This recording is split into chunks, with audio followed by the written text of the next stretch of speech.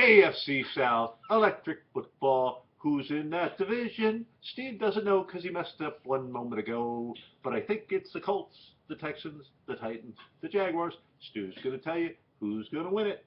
Well, here it is. The Colts are definitely not going to win now because Robert Irsay is suspended. Oh, that's good. Who's going to replace him on the field? Anyway. It's third down. Quick, call Irsay. That is one silly suspension. What a joke. You are correct. Six-game suspension. He can't sit in a chair. Anyway, big departures on the Colts side with Donald Brown, Bethea, Lincoln Bach, Mike McGlynn, they're one of their guards, Darius Hayward-Bay. It was like a litany of losses there.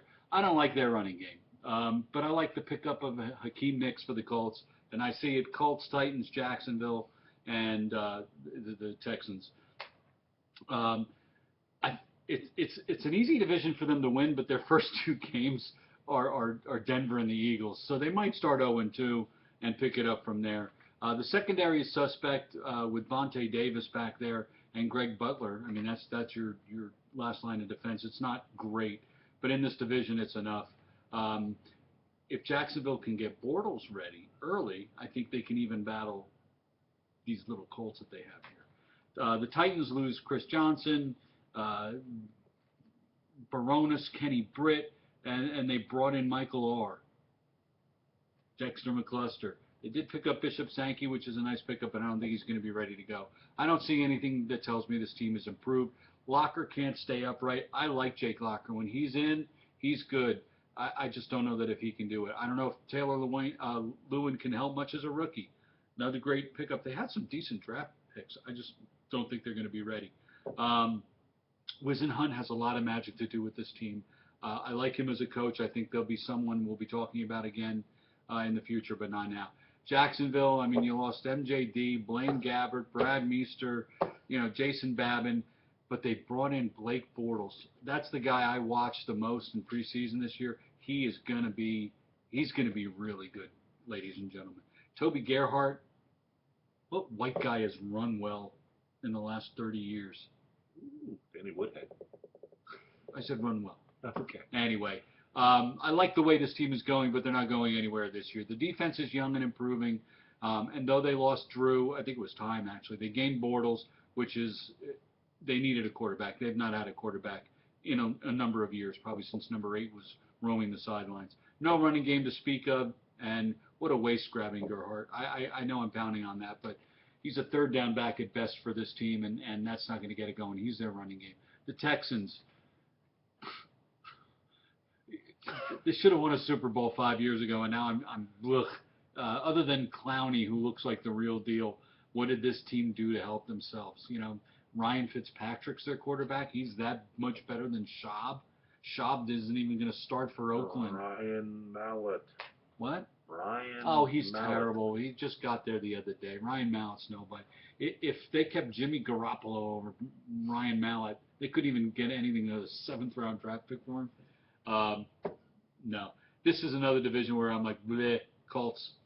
All I can think of, since you said the name Darius Hayward-Bay, is if Darius Hayward-Bay and Frosty Rucker had a child, it would be Darius Rucker.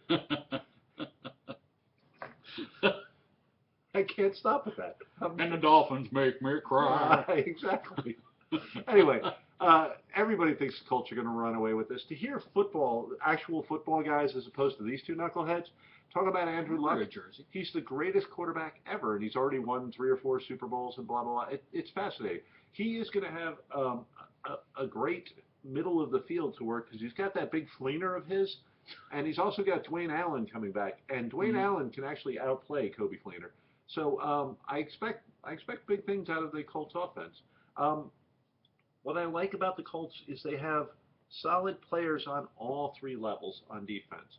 So you've got Jones, you've got Mathis, you've got Jackson, you've got Landry. So the overall talent isn't that impressive, but those players stop you from having a weakness on one particular level. Okay. And I think if the Colts defense can live up to what they were doing late in the season as opposed to what they did in the playoffs, which was horrific, but late in the season they were actually improving as a defense, So I think there's a higher level of expectation for the Colts this year than I've had in a long time. Wow. If Luck matures and is as good as the real football GMs and coaches say Certainly he they is, know better than us. right. So I'm going Colts by a wide margin, and then I'm going to drop down to the Texans. Now you have a good point. Fitzpatrick, Mallett, who they just brought in. Mallett was a guy that seemed to have an awful lot of potential and just leveled off real quick. Mm-hmm. It's going to be average, but a healthy Arian Foster coupled with Clemson's DeAndre Hopkins and Andre Johnson, maybe they can show something for maybe they can give something to a Mallett if he steps up.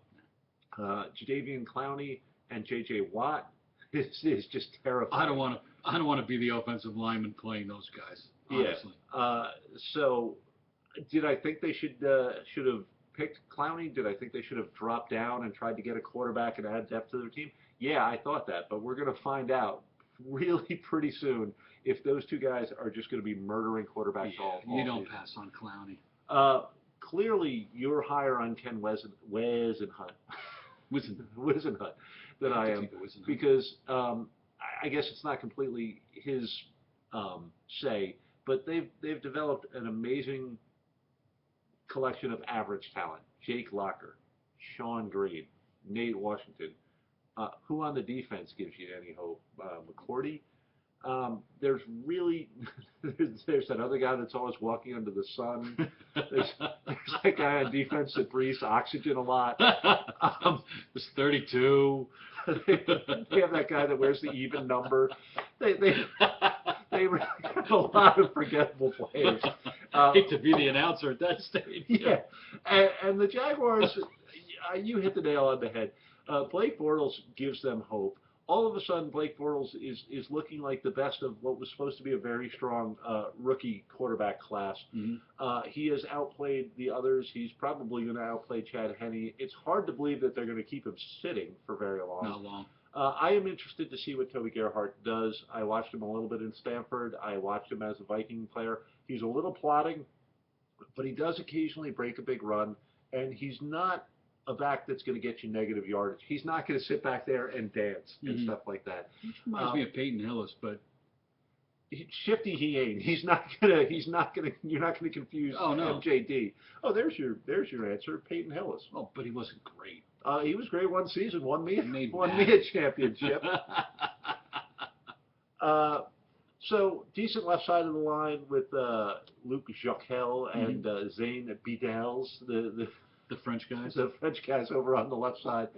I don't know if you know this. The weirdest stat from the NFL season last year was Paul Posluszny made every tackle that the Jaguars made. Every one of them? No other defensive player had a tackle. We see announcers, tackle by Posluszny. Yeah. Weird, huh? So I've got it. Colts, Texans, Titans, Jaguars. Stu? Since I went first, I'll say that's what I got. Colts, Titans, Jaguars, Fitzpatrick. We're a little different on the Titans. Yeah. There you go.